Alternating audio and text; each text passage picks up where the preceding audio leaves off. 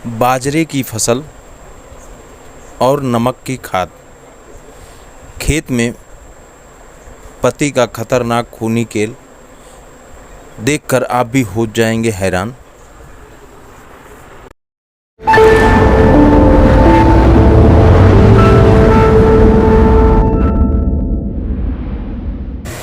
वैसे तो उत्तर प्रदेश का गाज़ियाबाद ज़िला अपने क्राइम को लेकर खासा चर्चा में रहता है और आज हमारी खूनी इश्क सीरीज की कहानी उत्तर प्रदेश के इसी ज़िले से है।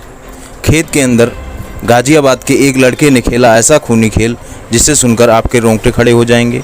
ये कहानी है पति पत्नी और बाजरे के खेतों में खेले गए एक खतरनाक खेल की, जहां पर फजलगढ़ गांव में 24 जनवरी से लापता बताई गई अंजू का शव उसके पति दिनेश की निशानदेही पर बृहस्पतिवार को बरामद हुआ। इसी के साथ सनसनीखेज खुलासा हुआ कि दिनेश ने ही घर में गला घोंटकर उसकी हत्या की थी। पत्नी किसी और युवक से प्रेम करती थी, उसे यह बर्दाश्त नहीं हुआ, इसीलिए उसकी जान ली।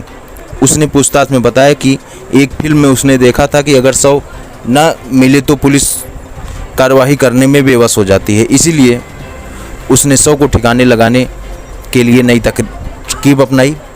ठेले पर सब्जी बेचने वाले दिनेश ने पुलिस को बताया कि 25 की सुबह 4 बजे हत्या के बाद वह शव को 200 मीटर कंधे पर लाद कर ले गया था।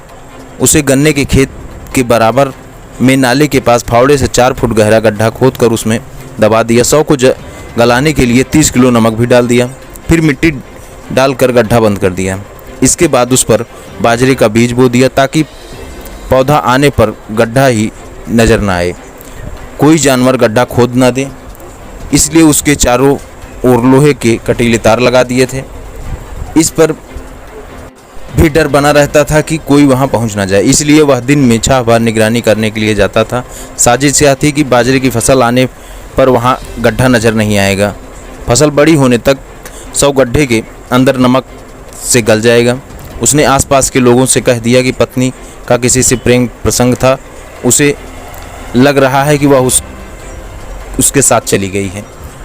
आगे दिनेश ने बताया कि 25 जनवरी की सुबह 4 बजे वह ठेला लेकर सब्जी लाने गया।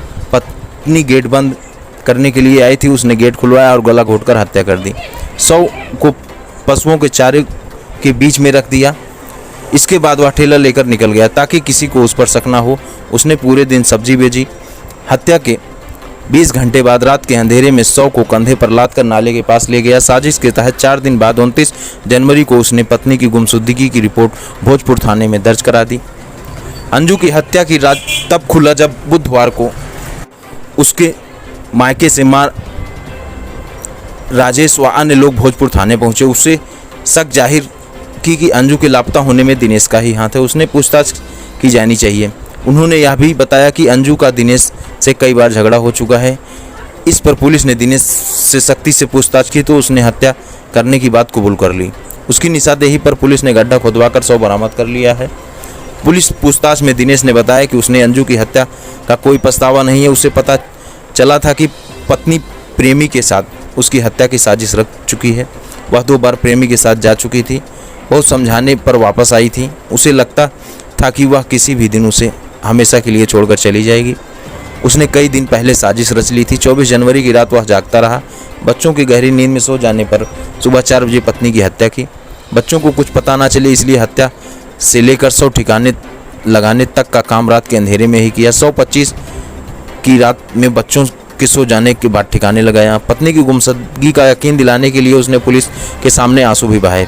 पुलिस उस पर भरोसा कर रही थी, लेकिन पत्नी के मायके वालों के आने के बाद बात बिगड़ गई।